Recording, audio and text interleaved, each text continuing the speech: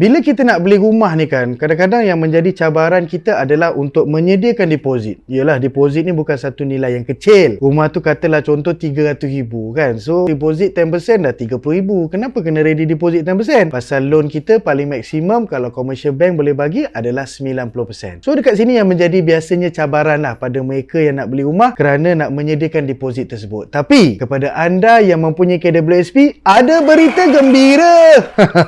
Tak adalah. So, ramai orang tak tahu, iaitu dalam keadaan dia boleh gunakan akaun 2 KWSP untuk dijadikan sebagai bayaran deposit untuk membeli hartanah. Okey? So, sekiranya anda berminat nak tahu lebih lanjut bagaimana untuk gunakan akaun 2 KWSP anda untuk membeli rumah, tonton video ni sampai habis. Apa-apa pun sebelum kita tonton, steady.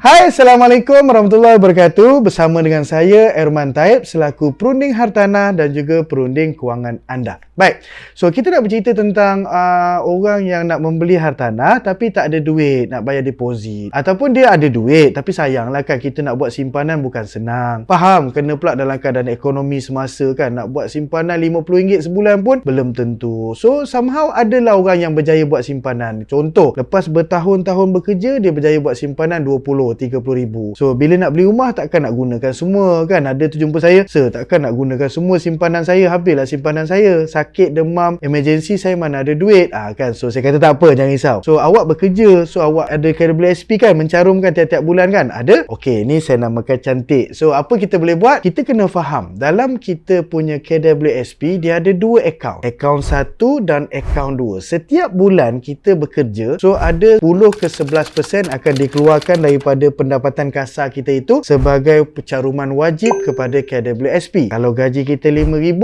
so RM500 setiap bulan masuk ke KWSP. So, bukan itu sahaja, ada caruman majikan, caruman pekerja, caruman majikan. So, membentuk lebih kurang 23% daripada setiap bulan. So, agak banyak. So, daripada 23% ni, katalah sebagai contoh membentuk RM1,000 caruman bulanan kita tu kan. Daripada caruman pekerja dengan caruman majikan RM1,000. So, 700 akan masuk akaun 1, 30% akan masuk ke akaun 2. So, makin lama makin banyak lah akaun 2 kita ni kan. So, okey, kita ambil keadaan senarionya begitu, iaitu akaun 2 kita dah ada satu amount yang agak banyak lepas bertahun-tahun bekerja. So, apa kita boleh buat? So, bila kita nak beli rumah, contoh kalau dalam pasaran rumah baru ataupun subsale, okey, kedua ini sesuai, kita nak gunakan teknik pengeluaran KWSP dengan syarat dua-dua pihak penjual ni, sama ada developer ataupun subsale, owner pemilik tersebut setuju yang kita nak keluarkan KWSP. Okey, kita pun bagi tahu, kalau contoh senang, saya ambil satu senario, saya beli rumah daripada seorang pemilik melalui seorang ejen hartanah. Saya bagi tahu ejen tu lah, okey, saya berminat rumah ni, saya memang suka rumah ni, boleh tak saya bayar deposit sikit bernilai mungkin 2% daripada nilai hartanah tu. Contoh lah So, 2% daripada rumah RM300,000 contoh. So, membawa kepada RM6,000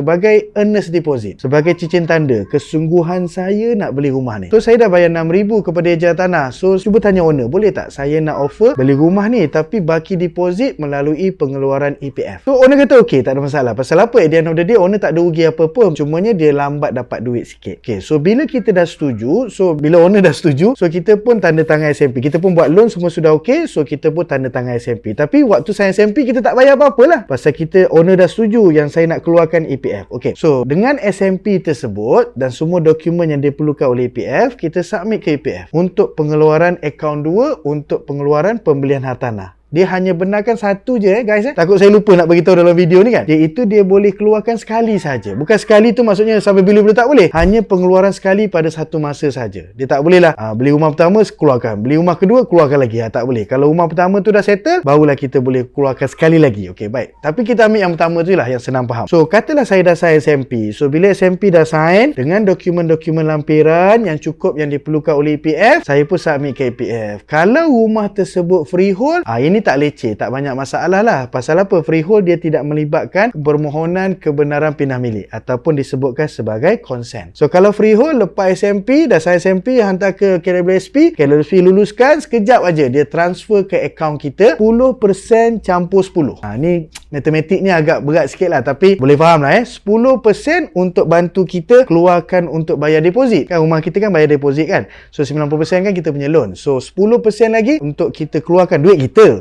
daripada akaun 2 tu, masukkan sekali kan 10 campur 10 tadi untuk kita bayar apa-apalah, yuran guaman, stamp duty kan. Bila beli rumah ni dia bukan harga belian saja, ada kos-kos tambahan lain yang kita kena bayar. So somehow kita boleh keluarkan daripada akaun 2 kita dengan syarat akaun 2 tu cukuplah duit tersebut. Kalau tak cukup 10 campur 10 tu boleh keluarkan semua, tak ada masalah. Okay, so bila dah boleh keluarkan tersebut masuk kat kita, kita pun seperti yang kita setuju dengan owner, kita pun release lah bahagian baki owner yang patut kita bayar. So ada duit lebih lagi, so bolehlah nak buat bayar yuran guaman, bayar stamp duty, bayar apa-apa kos-kos lain. Kemudian ada kemungkinan keinginan nak cat balik rumah, nak buat renovation sikit-sikit, so bolehlah pakai dalam duit tersebut. So somehow setiap individu yang ada akaun KWSP boleh menggunakan fasiliti ni dengan baik dan membantu anda membeli hartanah dengan baik. Okay, so diharap video ni membantu bagi anda yang ingin memahami bagaimana nak beli rumah menggunakan KWSP.